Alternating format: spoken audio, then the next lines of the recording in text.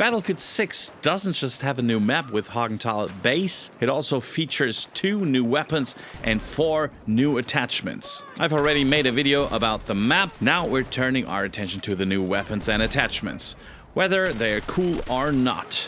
That's what we're looking at in this video.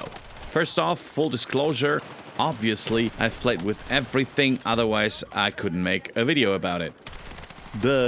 But it feels to me like these items were especially tuned for Hagenthal base and made exactly for that environment. Naturally, we'll start with the weapon, as that's the most interesting part in the end. Though the attachments shouldn't be underestimated, you should definitely watch the second part of the video for those. First, the new secondary we can unlock. It's called VZ61.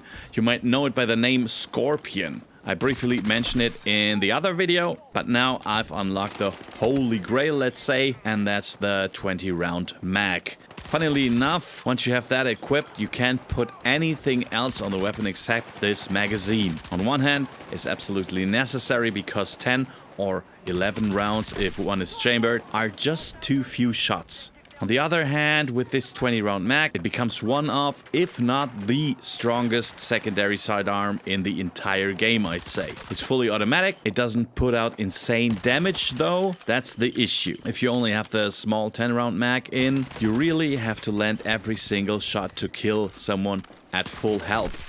Of course, a sidearm is usually a last resort. The enemy you're shooting has likely already taken some damage. Still, it's good to be able to dish out more damage. With the 20-round mag, it's a whole different story. You can afford to miss a few shots and still take people down fairly well. Perfect as a secondary for snipers, I'd say. If you miss your first shot in a CQC carnage, you still have a chance to get the enemy with this weapon. So definitely a thumbs up from me, even if you can't put other attachments on when using the Big Mac. Not the burger, but yeah. I'd equip it anyway. Then we come to the beast for Hagenthal base, the CZ3A1, the new SMG.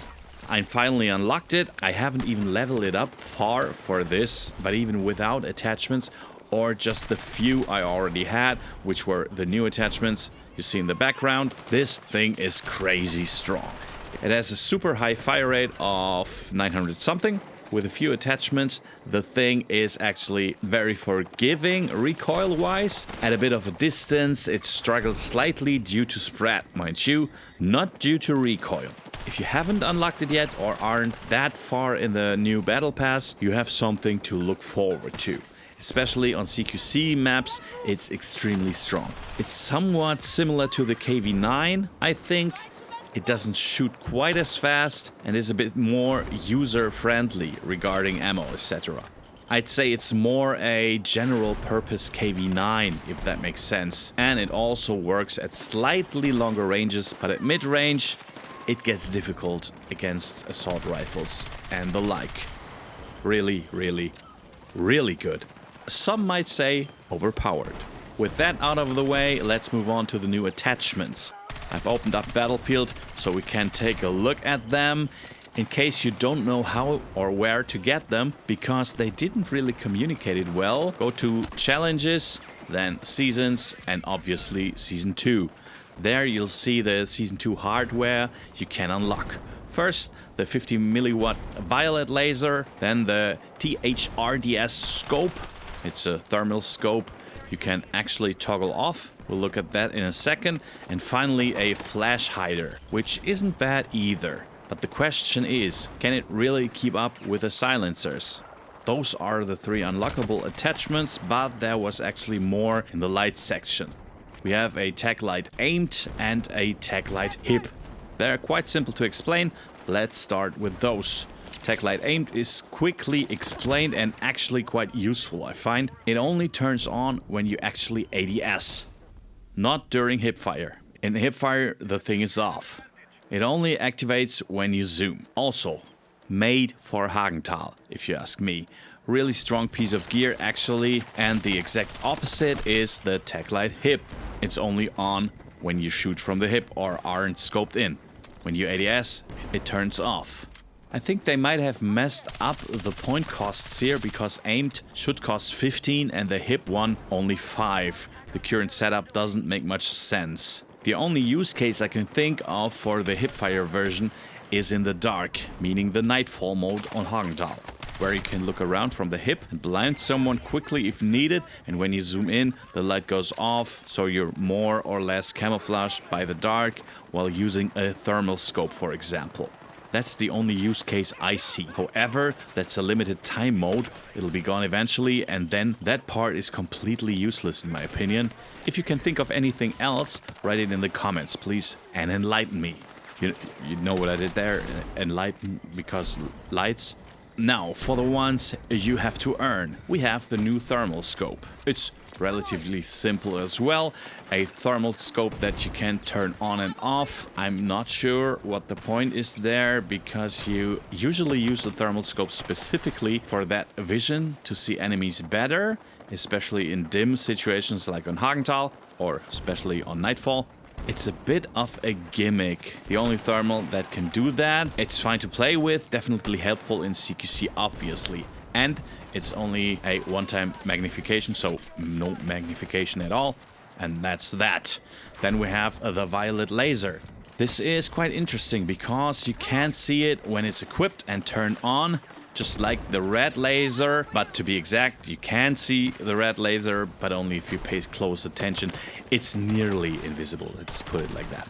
However, this violet laser is built completely differently. You can see, if we take the red laser, we get more hip fire but less mobility, and that is exactly the use case for the violet laser. Let me grab the red one. If we switch to the violet, we see hip fire goes down but mobility increases. The description also says you shoot more accurately with the laser while you're zoomed in, while you're in ADS, and moving at the same time. So the mobility makes sense here. It's definitely a very strong attachment, especially since it's invisible to the enemy. So if you prefer hip fire and don't want to be seen as much, you should still stick with the red one. If you want more accuracy while moving in ADS, which you do all the time, then the violet laser totally makes sense. 100% recommend, especially for like assault rifles and stuff when you're not in a hip fire build. Next, we have the new Flashhider. For this, we have to go to a different category because you can't use it on SMGs, which is a bit of a shame. Let's take my good old SG here, and there it is, the Flash Comp. We can also expand something new here. I don't know if you knew, but if you press C, previously we only had this part here, and after patch, now we can actually have more information listed underneath, and it's quite precise and helpful for choosing attachments. So we see the Flash Comp. The whole point is, of course, that you aren't 3D spotted in world. Not on the minimap, but in world. That red rectangle or diamond shape over your head won't be there. However, you are still spotted within a 150 meter radius on the minimap. So if the enemies are paying close attention, you're still spotted. And this thing actually costs 20 points. You might think, okay, maybe it combines the properties of the converter and the normal Flashhider.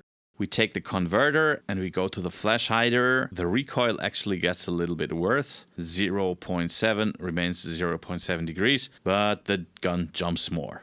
Plus, we have worse precision, though a bit better control. I would have assumed that for double the points, it would combine the traits of both attachment, but it doesn't. The description says you have better recoil or less recoil buildup and recoil setback, but I don't know if it's worth it. You can see the difference yourself compared to the normal Flashhider. We have a little bit better precision here by 1 point, but otherwise nothing changes. I find that very strange. Stats-wise, this thing makes no sense to me for costing double what the normal Flashhider costs. If we take the suppressor instead, the first and cheapest one, which also costs 20, we see we aren't 3D spotted here either, and we're only spotted on the minimap within a 21 meter radius. Hipfire gets slightly worse, precision stays the same or 1 point worse with the suppressor. Honestly, I don't see the point of this Flashhider. I would still play the silencer. It's a shame because I thought this might bring more variety to the game, but according to the in-game stats, there's no real reason to play it. Sad but true. Maybe on guns that are really spread intense. The two most interesting attachments for me in this update are definitely the flashlight that turns on while you zoom and the violet laser that makes ADS fire more accurate while moving. Of course, you can buff it a little bit with the new Flashhider as well. Maybe experiment with that. Perfectly suited for the short to medium ranges in Hagenthal, if you ask me. On a carbine or assault rifle, these two definitely make sense. Same goes for the new thermal scope, the new Nightfall one. Only downside, it's a big downside actually, it costs 35 points, which is a lot. 10 points more than the other two thermals, and that's not really worth it if you ask me. The absolute best things in this update are definitely the map and the new SMG, I think. What do you like best? Did you already have these attachments on your radar? Leave some comments about what's going through your head regarding Battlefield 6. Also about anything else, the map, the general state of things, or if you feel the netcode has actually improved, because I definitely feel that way. Also, check out the other videos if you missed it, and if you're not already, please subscribe, and I'll see you in the next video. Bye!